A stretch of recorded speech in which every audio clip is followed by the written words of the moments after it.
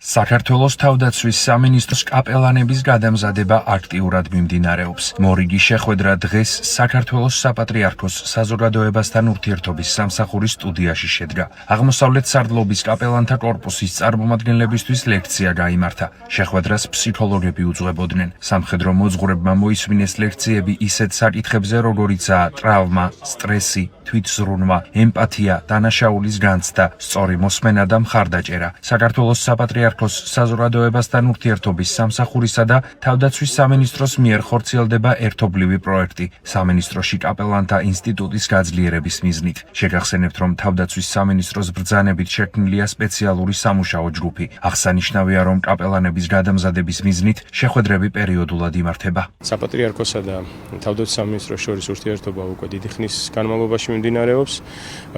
რამოდენიმე ხნის უკან ახალ ფაზაში შევიდა ეს ურთიერთობა, დაიწერა ბრძანება თავდაცვის მინისტრის მიერ, რომელიც ითვალისწინებს კაპელანთა კორპუსის გაძლიერებას და შედგა კომისია, რომელიც ერთის მხრივ დასახავს გეგმას და შემდგომ უზრუნველყოფს ამ გეგმის განხორციელებას. ამ გეგმის მთავარი მიზანია კაპელანის როლის და ფუნქციების გაძლიერება და ქმედითი, ესე ვთქვათ, სასარგებლო ნაყოფის გამოღება ჯარისკაცებისთვის, სასულიერო პირებისთვის და პირველ რიგში თავდაცვის სამინისტროს თანამშრომლებისთვის. ამ ჯგუფში არის კაპელანი, მთავარი კაპელანი დავით ლუნდარიძე, ასევე არის საზოგადოებასთან ურთიერთობის სამსახურის წარმომადგენელი და აი ამ კუთხით მიმდინარეობს სხვადასხვა ღონისძიებები.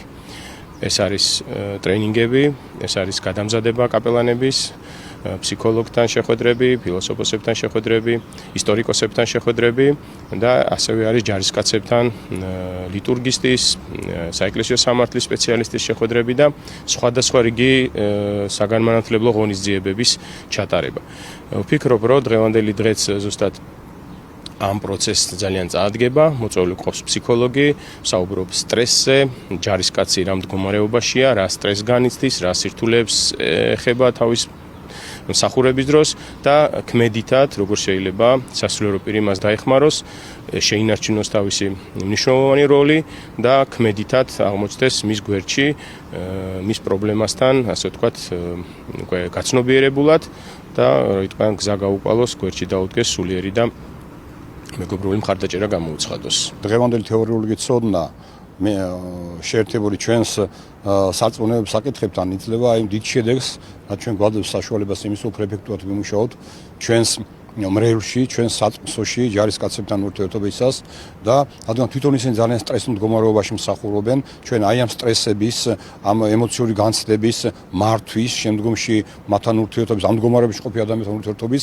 ცოდნა გჭირდებოდა ძალიან. და აი ბოლოს ძალიან გააქტიურდა ეს პროცესი, შედგა შეთანხმება თავდაცვის სამინისტროსა და საპატრიარქოს შორის, ჯგუფებს შორის და აი ამ ბრძანების საფუძვზე, მინისტრის ბრძანების საფუძვზე ჩვენ დავიწყეთ ამის ყველაფერი იმპლემენტაცია, რეალიზაცია მისი და პირველი რაც და ჩვენ უნდა განვისწავლოთ იმ საკითხებს, სადაც ადამიანის ფსიქოლოგია ქვია, ფსიქოლოგიის მართვა, ემოციების მართვა, ამ სტრესულ მდგომარეობაში ჯარისკაცი ყოველთვის ეს წინა საომარი სიტუაცია, შემდგომი საომარი სიტუაცია და ჩვენ დღევანდელი ცოდნით ნამდვილად შევიარაღდებთ, იარაღებთ, რომელიც მოგცემს საშუალებას იმისა, რომ ამ ჯარისკაცებს მეტი განმუხტვის საშუალება მივიცეთ აი ამ სტრესებიდან, რაც ისინი იღებენ თავის მსახურების პროცესში, საომარ სიტუაციაში იქნება ზოგადად მსახურების სიტუაციაში, იმიტომ რომ ეს პროფესია ზოგადად ძალიან სტრესულია და ჩვენ აი ამ თემას გვექნება დღეს შეხვედრები და ლექცია ძალიან მნიშვნელოვანია, ხა რაც მე მოვისმინე ახლა.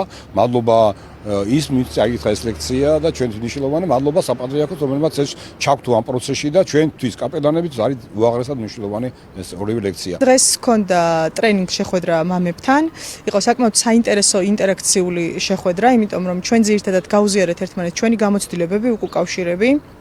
როგორ შეგვიძლია დავძლიოთ სხვადასხვა კრიზისული სიტუაციები, როგორც ვიცით, მამებს ხშირად უწევთ ჯარისკაცებთან შეხება, მათთან მუშაობა, სხვადასხვა ტრავმებთან, შფოთვასთან, დეპრესიასთან და საკმაოდ მძიმე მდგომარეობებთან შეხება და როგორ შეიძლება რომ გაუმკლავდეთ, მივეხმაროთ ესეთ ადამიანებს და საკმაოდ საინტერესო უკავშირები მივიღეთ მათგანაც, ჩვენც რაც შეგვეძლო გავუზიარეთ ჩვენი გამოცდილება და იმედი მაქვს იქნება სასარგებლო ორივე მხარისთვის, ჩვენთვის ნამდვილად იყო ეს ძალიან სასარგებლო მამებთან ურთიერთობა და მათი უკავშირის მოსმენა. შეხვედრა ძირითადად წარიმართა სხვადასხვა თემებზე საუბრით, ეს იყო ძირითადად მაგალითად დანაკარგთან შეგუება, გლოვა, დეპრესია, ძლიერი შფოთვა, პანიკური შეტევები და ასე შემდეგ.